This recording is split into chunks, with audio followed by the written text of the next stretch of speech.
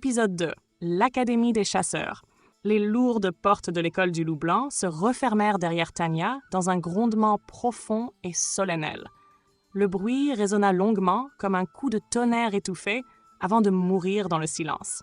Devant elle s'ouvrait une immense rotonde circulaire construite entièrement en pierre sombre. Les murs, hauts et épais, étaient couverts de bannières anciennes, usées par le temps, représentant les chasseurs légendaires du passé. Certaines étaient déchirées.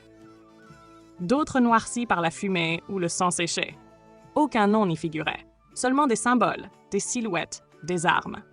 L'écho des pas de Tanya se perdit dans l'espace, se mêlant au murmure étouffé des recrues déjà rassemblées. Ils formaient un cercle imparfait autour d'une large estrade de pierre, surélevée au centre de la salle. L'air était lourd, chargé d'attente, de peur contenue. Au sommet de l'estrade se tenaient 3 figures immobiles, imposantes, presque sculpturales. Maître Carven, vice-directeur de l'école et chef de la section de combat. Un homme massif, aux épaules larges, au visage taillé par les batailles. Une cicatrice profonde traversait son œil gauche, lui donnant un regard encore plus dur. Il ne bougeait pas. Mais sa simple présence suffisait à faire taire les conversations. À sa droite, commandante Velra, élancée, droite comme une lame plantée dans la pierre. Sa posture était irréprochable, son regard froid, précis, sans la moindre indulgence. Une aura presque métallique semblait l'envelopper, comme si chaque mouvement avait été forgé par des années de discipline absolue. À gauche, légèrement en retrait, se tenait le docteur Charis. Son calme contrastait avec la tension ambiante. Son sourire, discret et glacé, mettait mal à l'aise. Ses yeux observaient les recrues non comme des élèves, mais comme des corps à étudier, à réparer ou à perdre.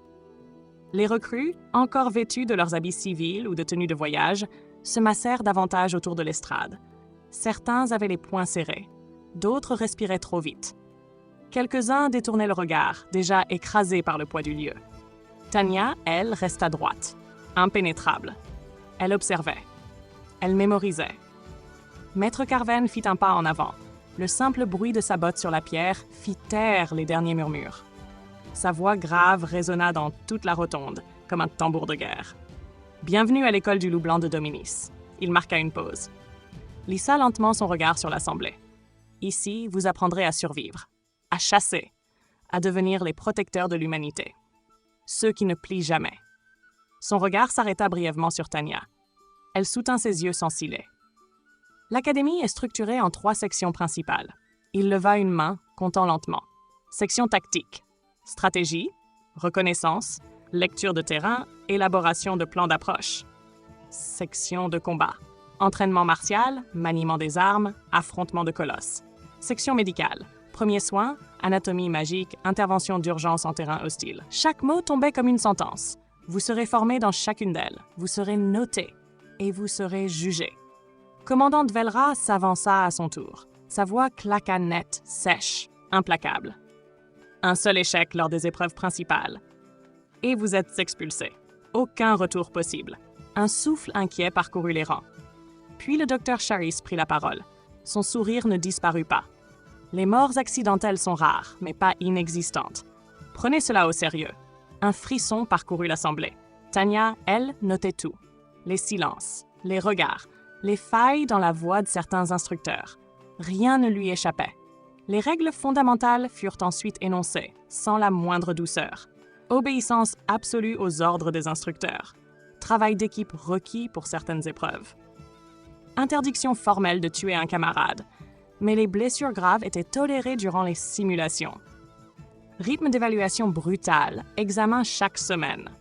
Accès aux chasses réelles réservé aux élèves du dernier cycle.